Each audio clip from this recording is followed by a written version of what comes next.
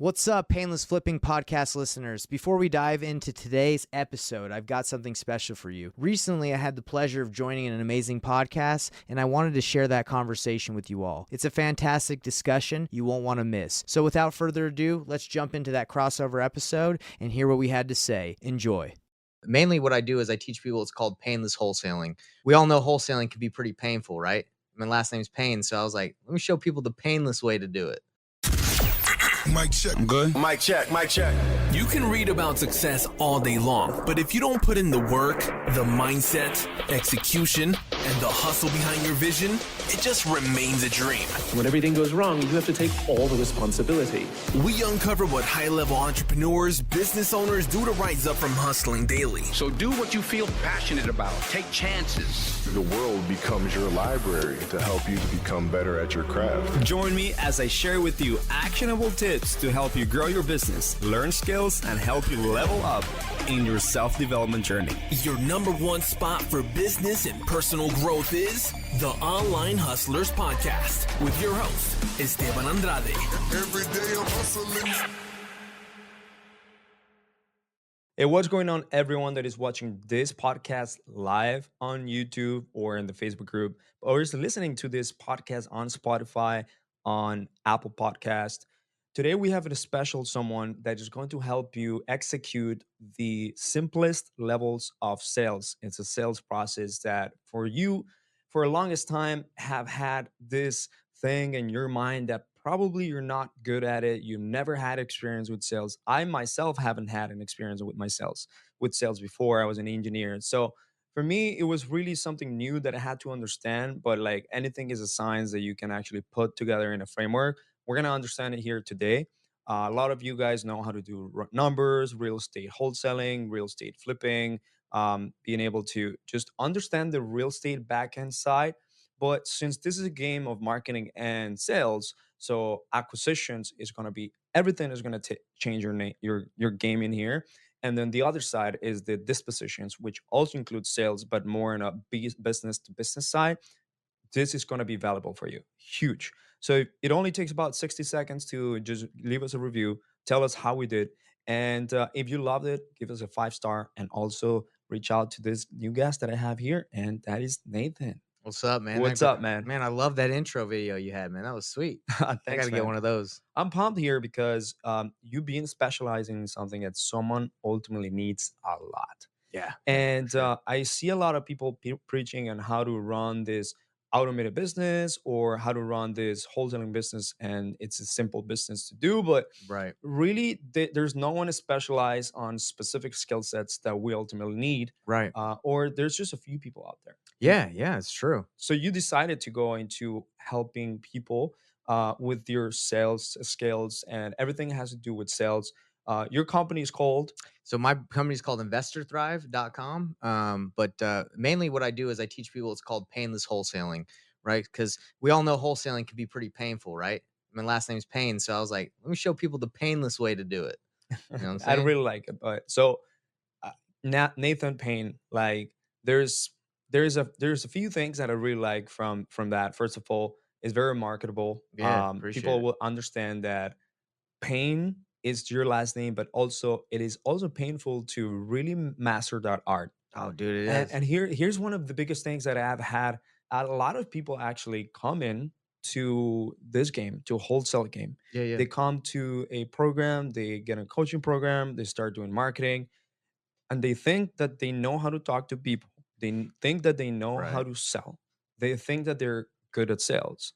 But in reality, when you go and listen to their conversations, you listen to how they interact with other human beings that are in a troublesome situation, it's not that way. You're right.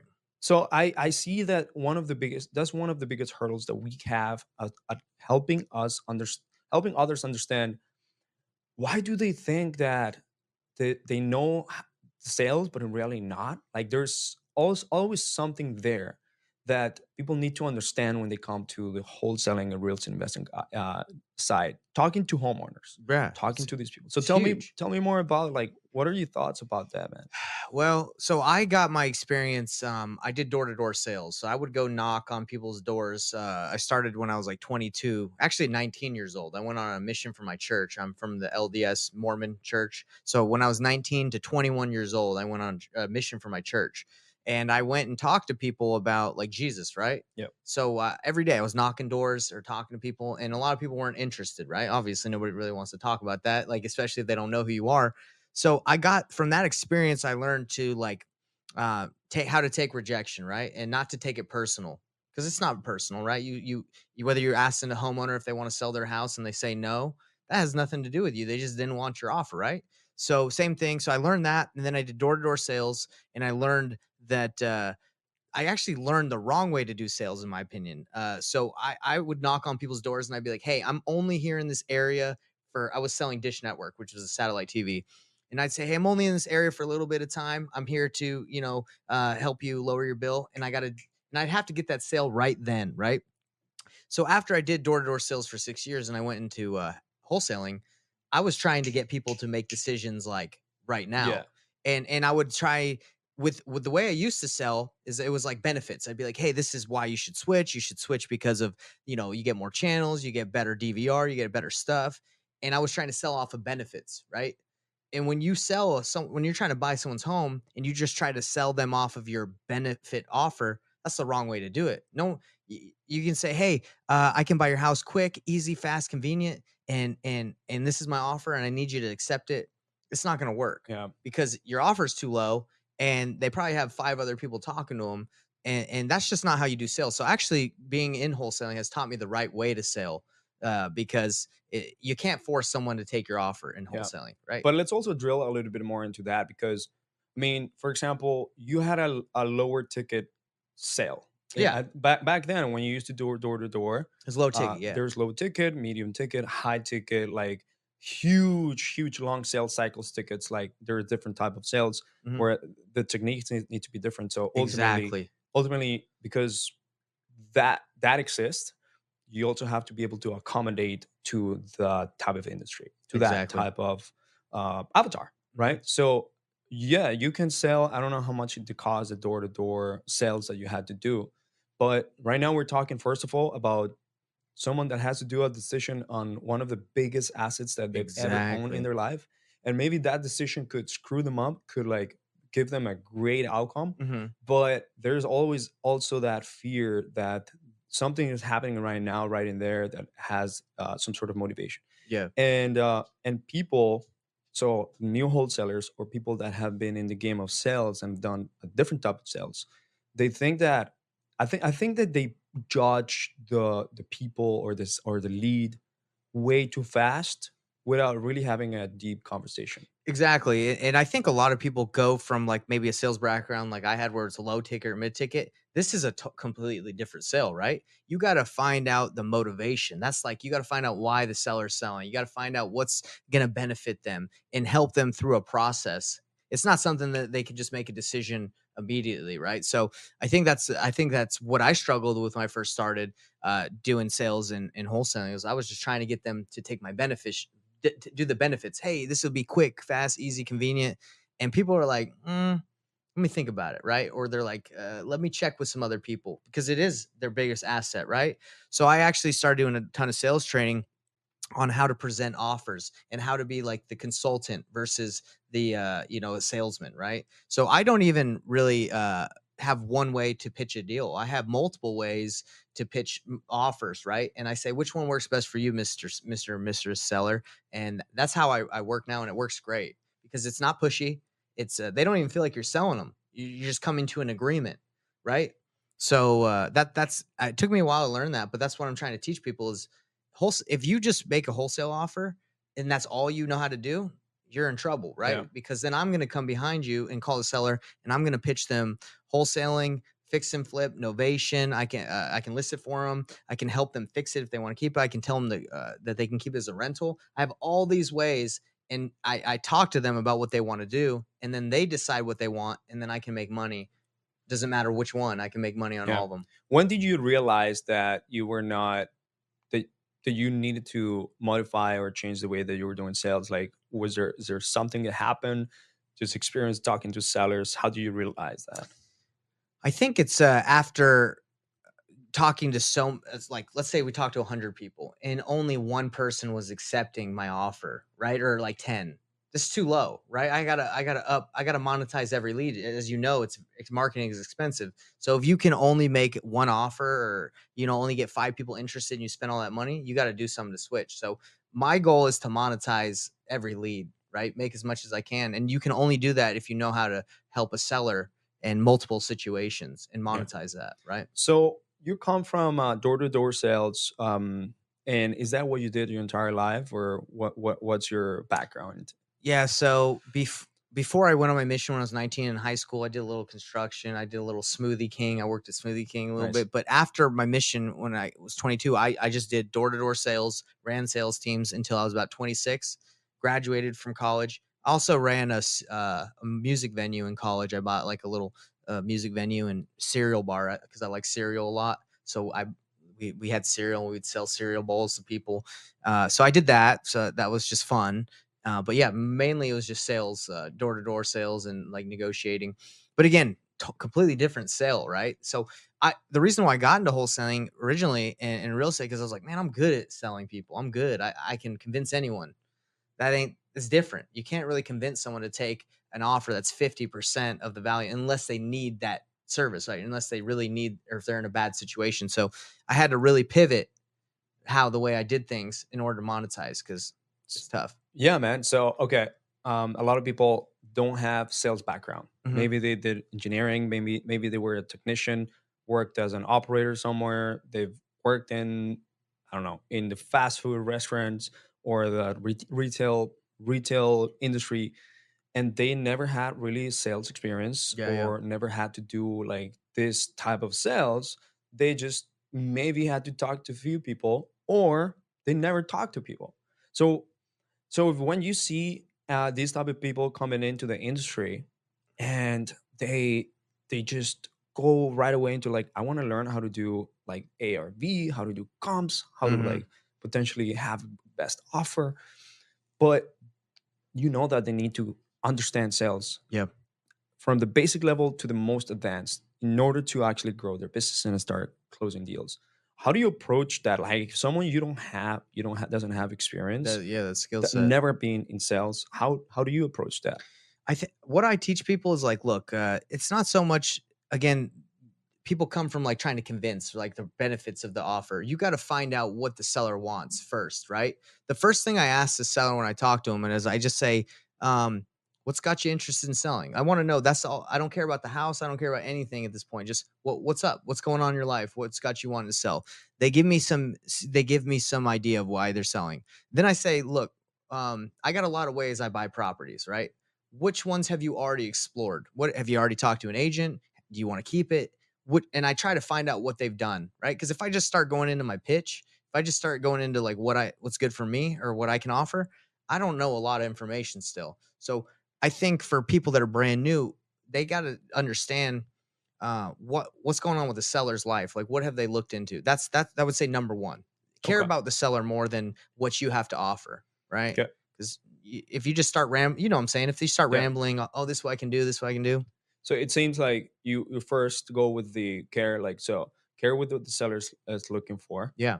So it's all about them, Yeah. and you make it look all about them. Mhm. And then right after that, like, how would you approach a conversation? Would you tell them like how the conversation could go, like the process? What would be, you set an agenda, you set a frame? Of course. Yeah. So I'll just tell you the sales process that I use. So I start the call off and I say, hey, is now a good time to chat? Like, I know we scheduled a Zoom call or whatever. Say, hey, do you still have 5, 10, 15 minutes to talk? They say, yes. I say, okay. Hey, just so you know how this conversation's going, you set the expectation, right, of what the call is going to be about.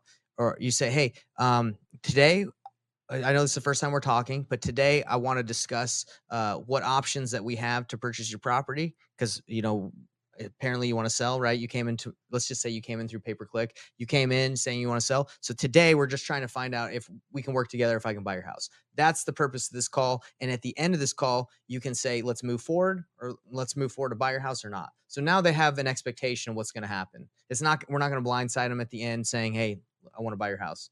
So after you set the expectation, then I go, so let's find out. I'm just curious, what's got you interested in selling? It seems like a great home. They give you the spiel, right? And then you go into options. Okay, well, you told me that's why you want to sell. What else? What have you done up to this point? Because I'm not trying to cover something that you've already tried to do. Have you listed it? Have you decided? Do you want to keep it? Is keeping it an option? Do you want to flip it yourself? I don't have the money for that. Okay, so flipping's out of the question. Do you want to list it? Like I said, and they're like, no, I don't want to list it. I don't want people walk through my house. Okay, so listing's out. So okay, then there's a cash offer. Then you're narrowing it down. So I think as someone that's new, you really just got to find out what they've done and narrow down their options for them, and then you have a better idea of like a conversation where you're trying to take. Yep. No, I get it. Okay. So one of the biggest things that I also notice is some people will come from another industry and they'll try to do this exact same thing, just like what you mentioned, exact same thing that they did in the other industry, rush the call, pretend that everyone needs to sell, pretend that everyone's going to give away their house and things like that. Not even So, close. yeah, not even close.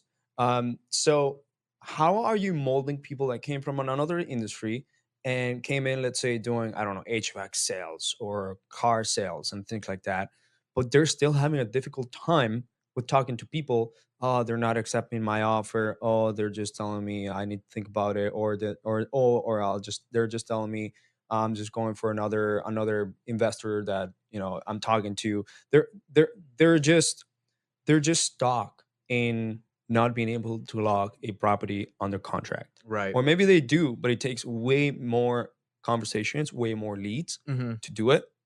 So someone that already was coming from a type of experience, how do they increase their conversion?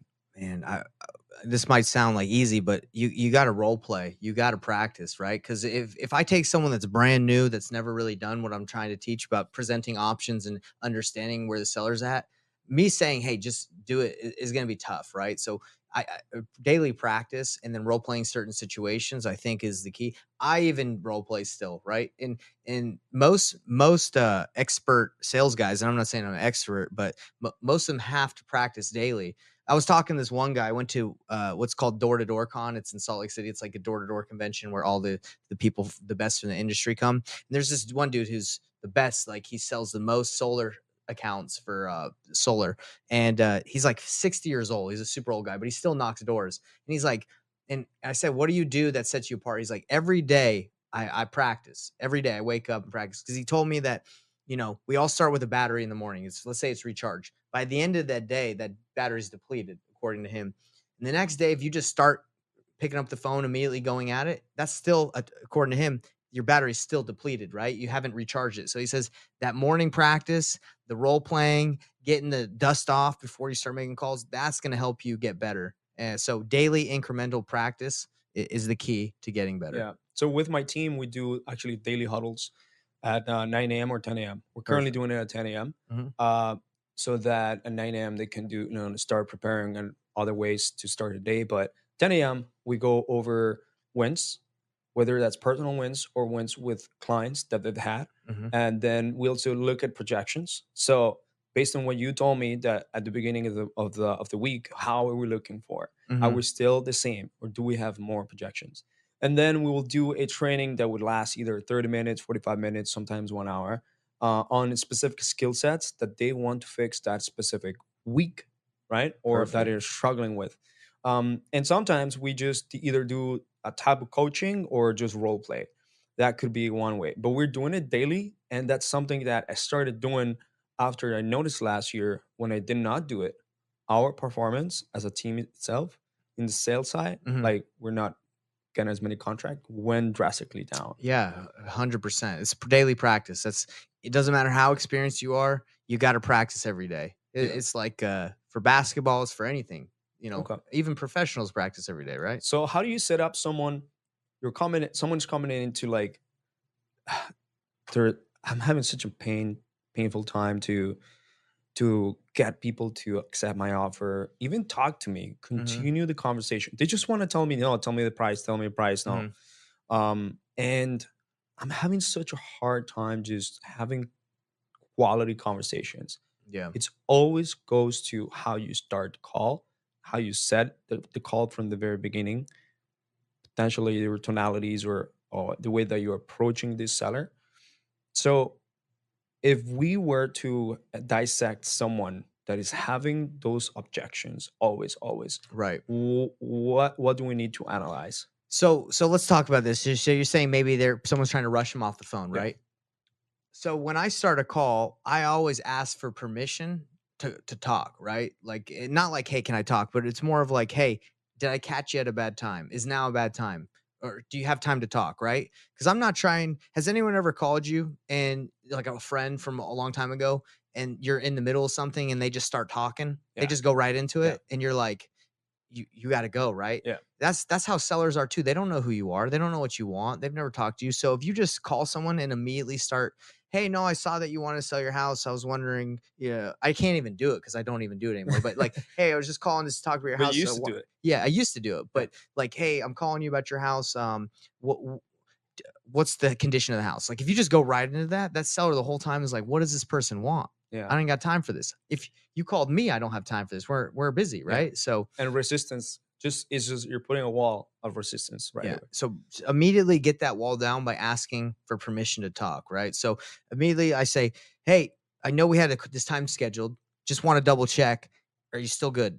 Yes, I am good. Okay, that's at least eliminated the barrier that they're free. Then I say, how much time do you have? Just checking because I'm not trying to run over. I got about 5 or 10 minutes. Great. 5 or 10 minutes, that's all I need. And then you want to make sure that as you're talking to them, you check in if you go over that time limit. You'd be like, hey, it's been 10 minutes. I just want to know, are we still good to talk or do you have to go? Because we can resume this. Because a lot of the resistance I'm assuming a lot of people face is because they don't really know what's going on that other end of the phone call. They don't know if the person is in dinner or at a friend's house. So yeah, that's what I would say. 100%. Get permission. If you were to go back to when you were doing it the wrong way, Yeah. even though you had a sales experience, but if you were to remember a few conversations that you were like, damn it, you know what? If I only did it the way that I'm doing it right now, which is an improved way of doing the sales process, I could have probably gotten a deal. I could have gotten something out of it. 100%. Like, Yeah. what type of things that you remember, conversations that you remember of past leads, past sellers that you had, like in the very beginning, or like your first few months or years in business, in the wholesaling side, you would remember like, oh my god, that could have really been a deal. Yeah, there's too many, man. There's a lot. And what I used to do is I would make my offer, and then if they didn't accept it, I would just say, okay, like an ultimatum.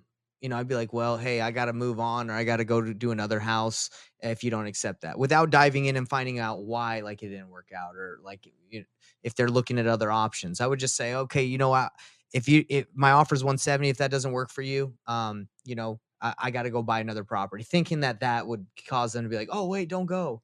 There's hundreds of people probably calling them, right? Yeah, you giving the ultimatum doesn't really work. So I probably would have just been like, okay, I understand the offer doesn't work. What other options are you looking at? Like, okay, and again, I didn't have the skill set to offer more than a wholesale offer, right? And that's a lot of wholesalers at the beginning, they don't know what else to do if they don't get accepted. But Yeah. Let's quickly talk about that. So you're day one into wholesaling, mhm, and you're so into like this YouTube university, yeah, but they never realize that there's much more than just the wholesaling side, because you're limiting yourself to being able to solve only one problem. one problem, right? Only right. one problem. Yeah. And sellers have multiple problems for different variations. Mhm. And you're limiting yourself to only do, let's say, a certain amount of deals per the amount of leads or marketing that you do. Exactly. So let's talk about that. Like, what are wholesalers missing out? Like, why are wholesalers suck when they start? It's because they only know how to make one offer. That's about it, right? So if you really narrow it down, the amount of people that are willing to take 50% of their value of their home, right, is very low.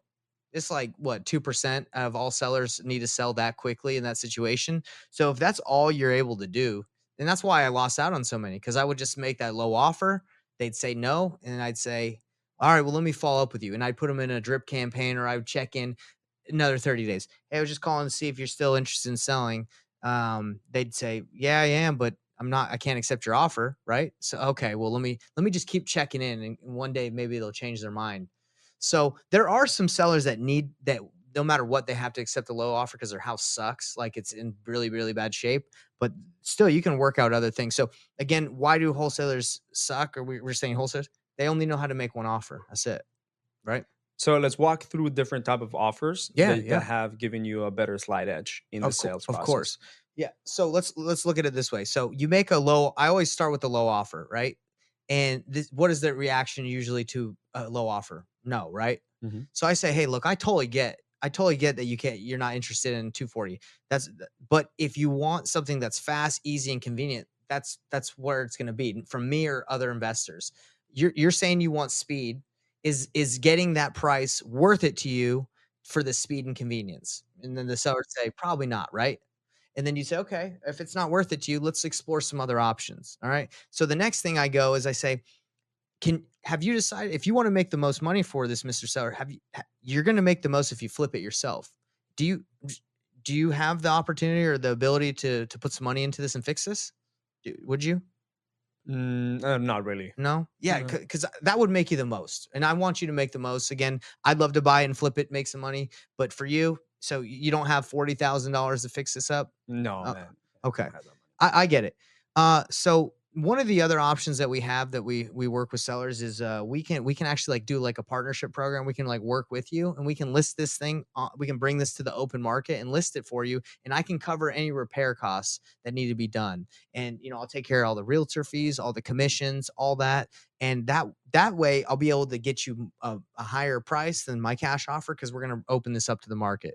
Is that something that you'd be open to? And you don't need to be a licensed realtor? No, well, we can work together. We can partner on it. All I need it's just some legal stuff that we got to do with some paperwork, but other than that, that would be able to get you more money. It's an option. That could be an option. Okay. So that's an option. Another way that I can get you more money is if I buy your property on terms. I don't know if you've ever heard of creative financing, but basically I just buy your home instead of paying you all up front, like the cash offer where I just give it to you once we close. I pay you over time. That way I can make you a higher payment, but I can pay more, but it's just going to take time. Yeah, I'm not sure about that one. Never heard of that. Yeah, no, we can dive deeper into it. I'm just giving you kind of like a surface level of what we can do, because really it sounds like to me getting the highest price is the most important for you. Is that kind of what I'm understanding? Yeah, I want to get the most out of it. Yes. Okay. So if you weren't able to get everything up front, but still get the price you're asking for of 300,000, is that something you'd like to explore a little bit further? Get you the price you want, but not all up front. Yeah, I'll be open to explore something like that. Okay. So then depending on where they're leaning, right? Then we dive into a little bit more Yeah. about that, right? Yeah, I 'cause actually run not everyone needs $300,000 right away. For what? right. And if they say yes, I need all of it. Okay, what are you gonna use the money for? What are you Right? going to use that money for? We're gonna use the Exactly. money for. Yeah. So those are kind of the process that I go through. Low cash offer. Usually say no. I say, hey, well, look, how about you fix it? I can give you some contacts. They don't have the money. Most people don't have the time or the money. They have 5 months and 70K to fix up their house. So they say, okay, well, we can bring this to open market and do innovation. We can do creative financing, or I can just list this. Maybe give you a contact with one of my agents, and they can list it as is. So now you've given them 5 things they can do, and they've already said no to wanting to fix it. So you've given them more options, and normally they're gonna go. Usually they go back to the cash offer. They're like, "Look, all this sounds, I'd rather just have the money up front. This all kind of sounds confusing, right?" Or if they don't get it. So that's kind of usually what happens for me.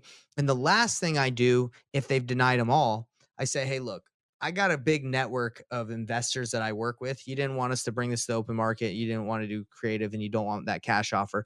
Let me run this by a couple of my investors that I know. Just give me 5 days. We're going to sign an option to purchase agreement. Just give me 5 days to run this legally, run this by my investors. And if I'll bring you all the offers they've pretty much given to me. And if any of them work, we can move forward. And then what I do is I present to them, I hit up my buyers that I'm tight with, and I present them the offers that the buyers have made, and I just add my fee in there. So if someone offered 260, I say, hey, this buyer offered 250. So now what are those? Those are like six different ways to talk to a seller. And none of these, they felt pressure, right? Yeah. They didn't No, I feel like love it. I was trying to push them. I love it. So, okay, look, obviously, the speed to execution is crucial in this game because there's a lot of people like they learn wholesaling and they get also excited. They see all these $15,000 checks, $20,000 checks, sometimes huge checks, Yeah. and then they try to do this. But you just mentioned that we have to be able to be a problem solver. First, problem seeker, problem solver. We need to find what the problem is with the seller, and solve their problem specifically tailored to them. Right. So, if there is 5 different ways to solve people's problems, right, and the one that is being taught right away is wholesaling, when should they be starting to learn the other ones? I would say immediately, man, because again, you're putting yourself in a box if all you're doing is offering those low offers, right? Um, Especially with the way the market shifted when the property values were high, and a lot of these sellers still want that high price, right? Yeah. So if you're stuck, you're really just putting, like I said, putting yourself in a box, limiting your options if you're just going to make cash So how would you offers. approach that learning curve? So wholesaling is getting something discounted, ARV on 60, 70, 50% of the ARV and Right. whatever. And the other ones, how would you approach the learning all these other offers type of skill sets?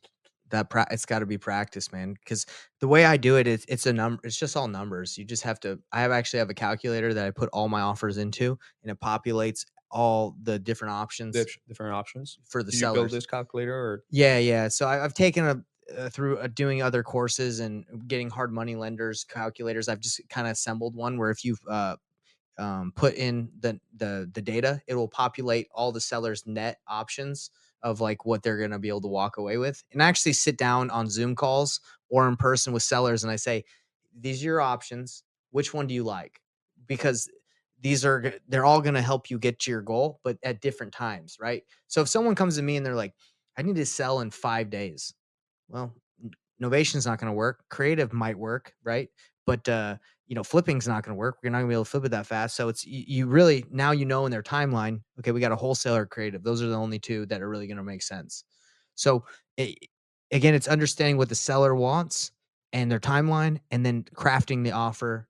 A lot of people call it transactional engineering. Like I'm a transaction engineer. I know how to make the right offers, but you just got to practice. You got to know the numbers. yeah.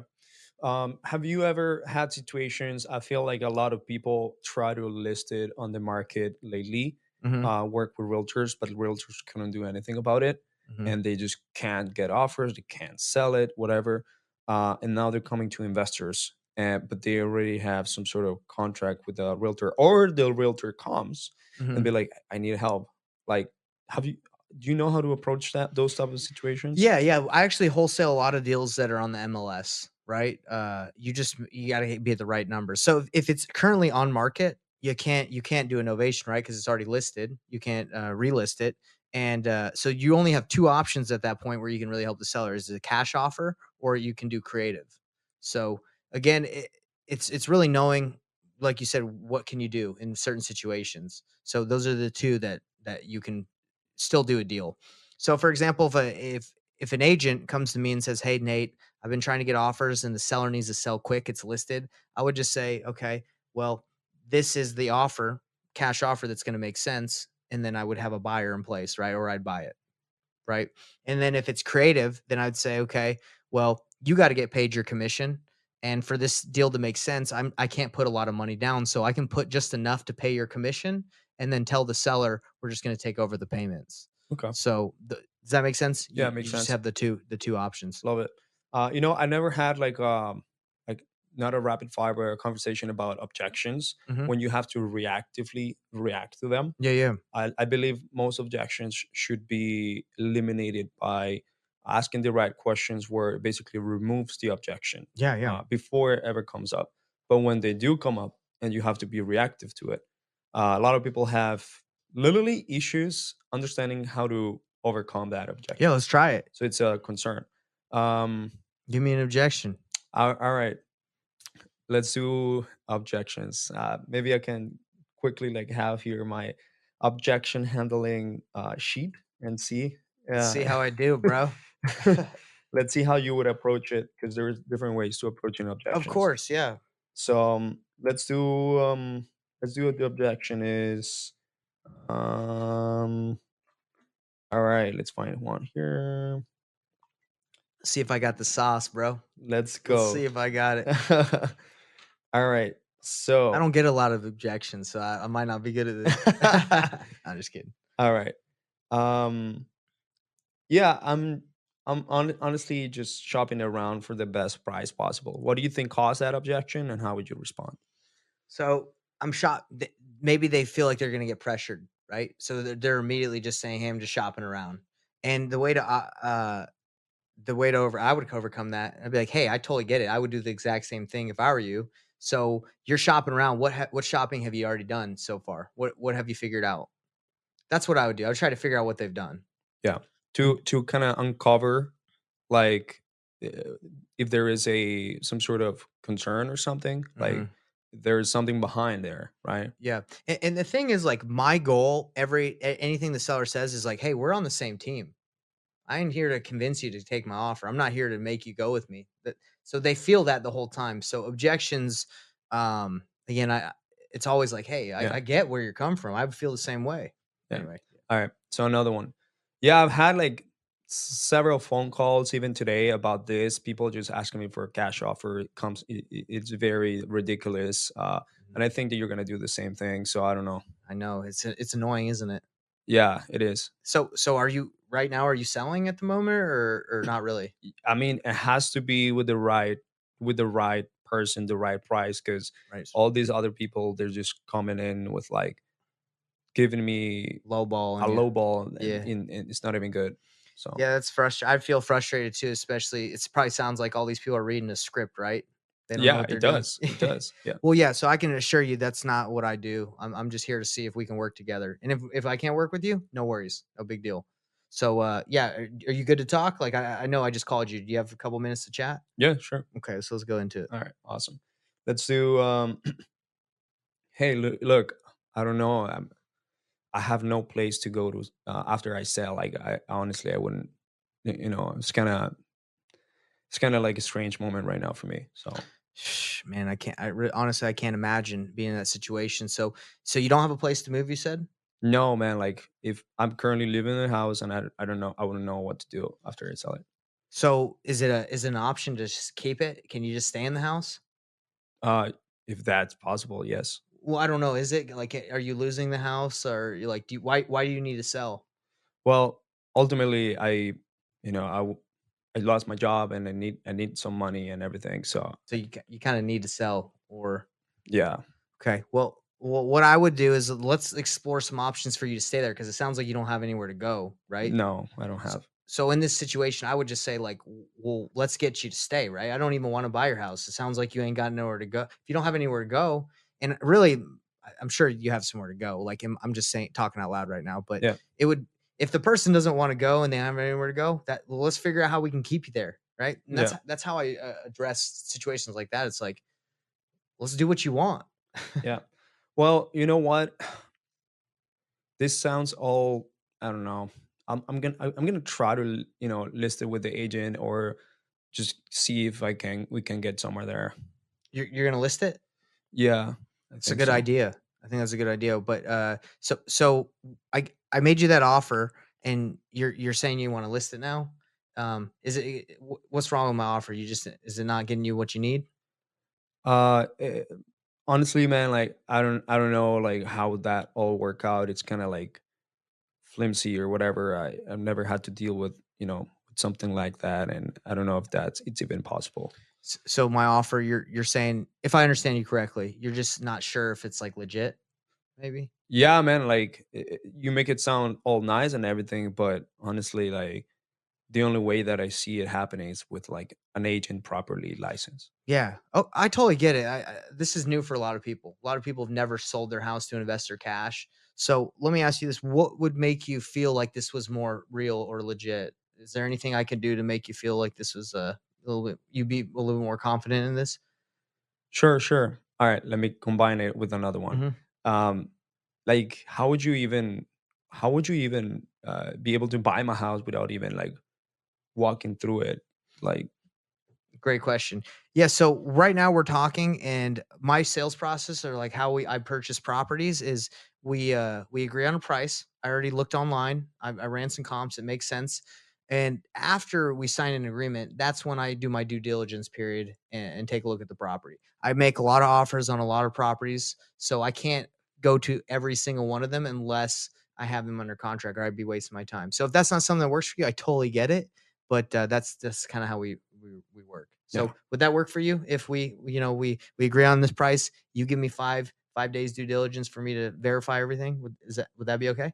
yeah, that could definitely work. Okay. Another one, and this is the last one. Yeah, that's good. I like these. Um, This is good.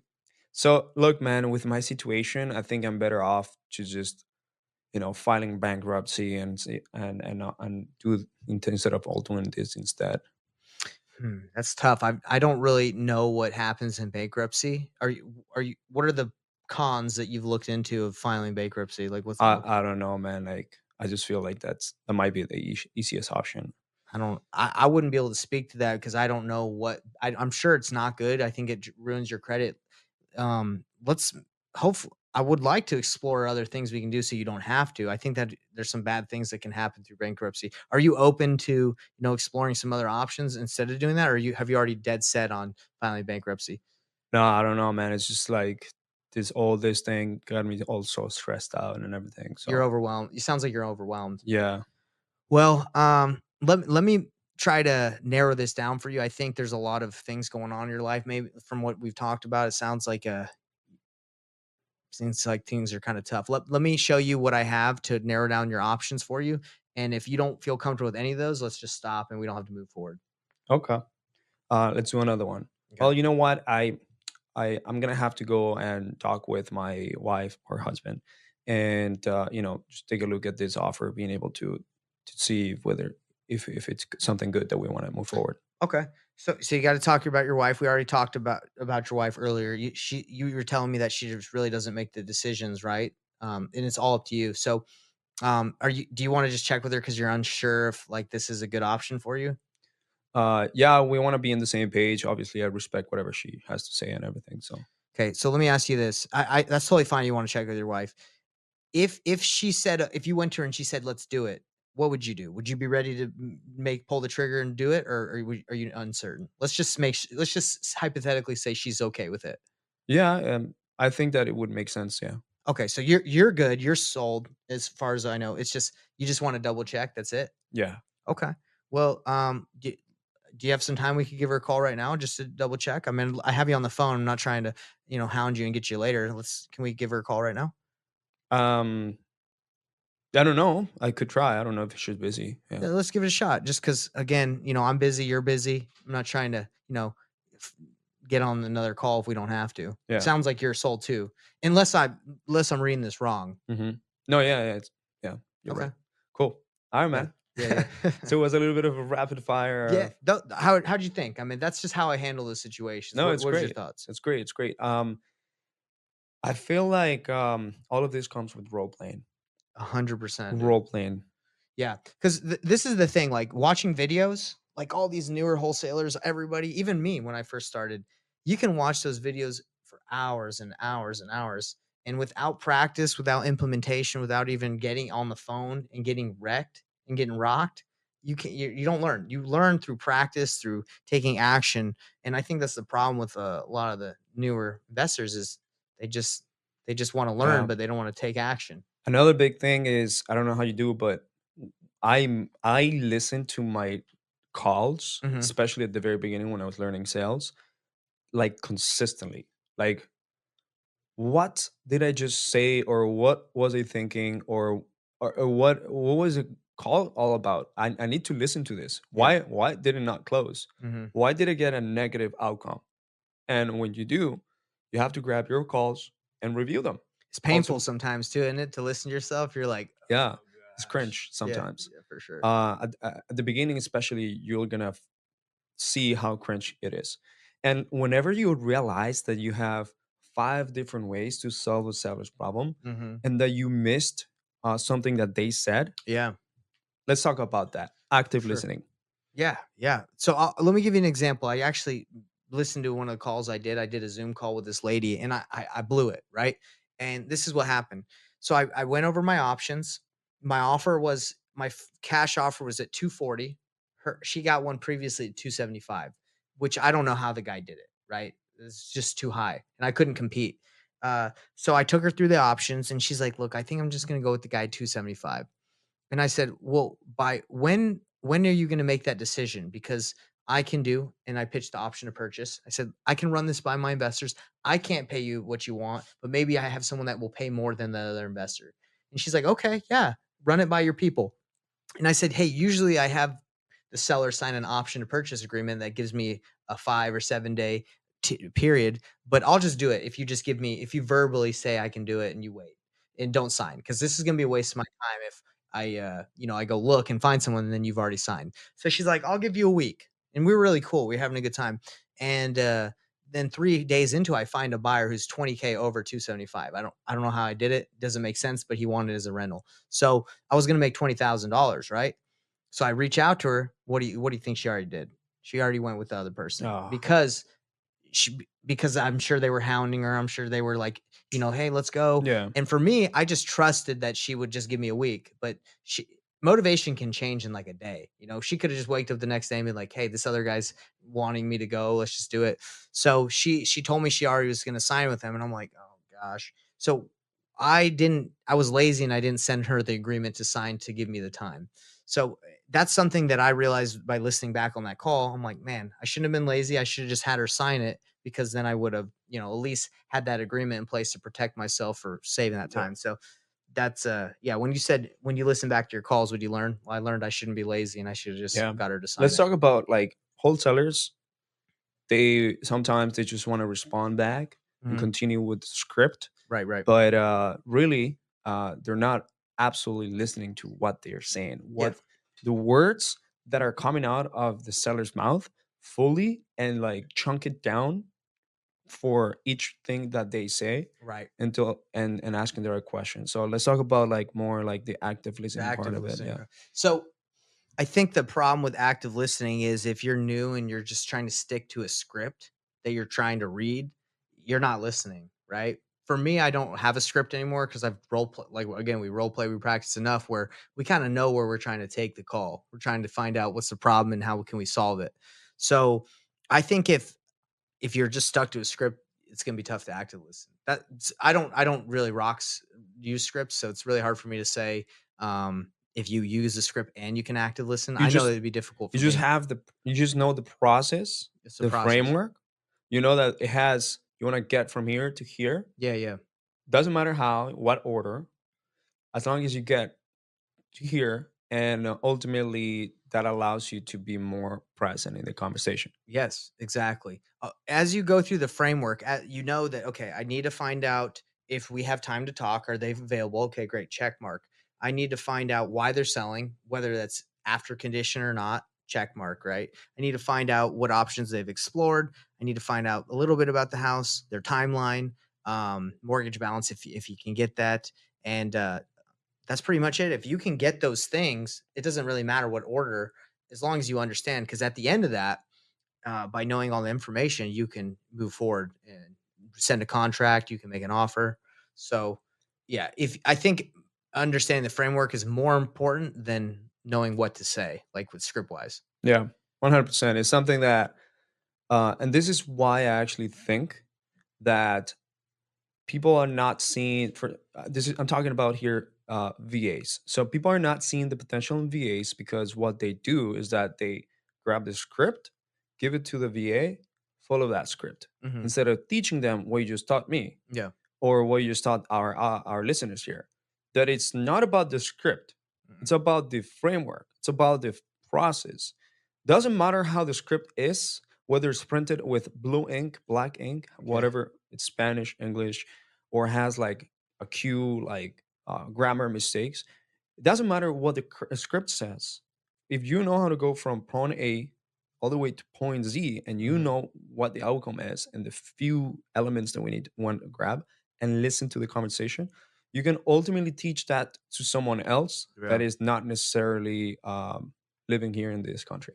100%. I think virtual assistants are perfect, brother. Perfect. And they can learn all that. Yeah, 100%. But I think what it starts off with a script, right? Because I got to know script does teach you the framework and it kind of teaches you what to say, but eventually throw that thing away and just practice daily and figure out, get objections kind of like we did. And you can't beat yourself up too bad either. Like if you say something the wrong way or it doesn't work out, that's okay. You're learning, Yeah, and that losing out on that 20K deal, that hurts, right? It's like, yeah, but it's a learning. What am I going to do next? yeah, I'm going to make her sign, like not make, I'm going to get someone to sign if they say yes, yeah. run it by your people. That's something I learned. How can people ultimately learn confidence? Action. Yeah, you can't be confident in something if you're not practicing and taking action, right? So if you for example, um I've never skydived, right? I would not be confident at all to skydive, like by myself, right? But why, how could I get there? This is just an example. I'd probably have to jump out with an instructor, right? And then after that I can go by myself and then I'm just jumping out no problem.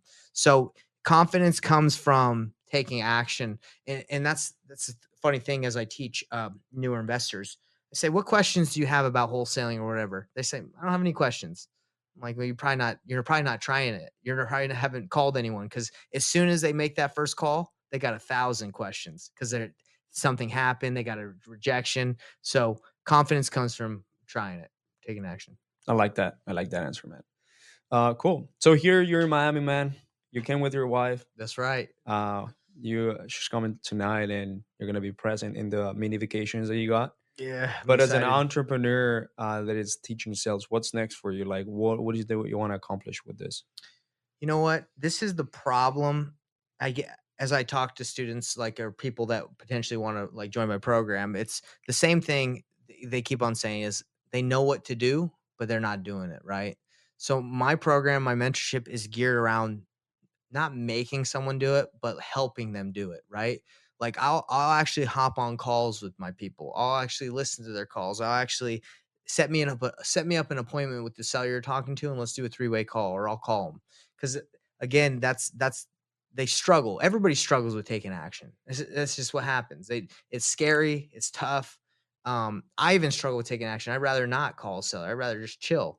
Everybody struggles, but that's kind of what I do, and that's like where I'm trying to go is create a program or create something that helps people do something, helps them take the action, right? Yeah, because a lot of people they buy courses, they go through it, or maybe don't never go through it, Hmm. and they're stuck there. And there is like group coachings that maybe some of them go and ask questions. Some people never go and ask questions. Yes.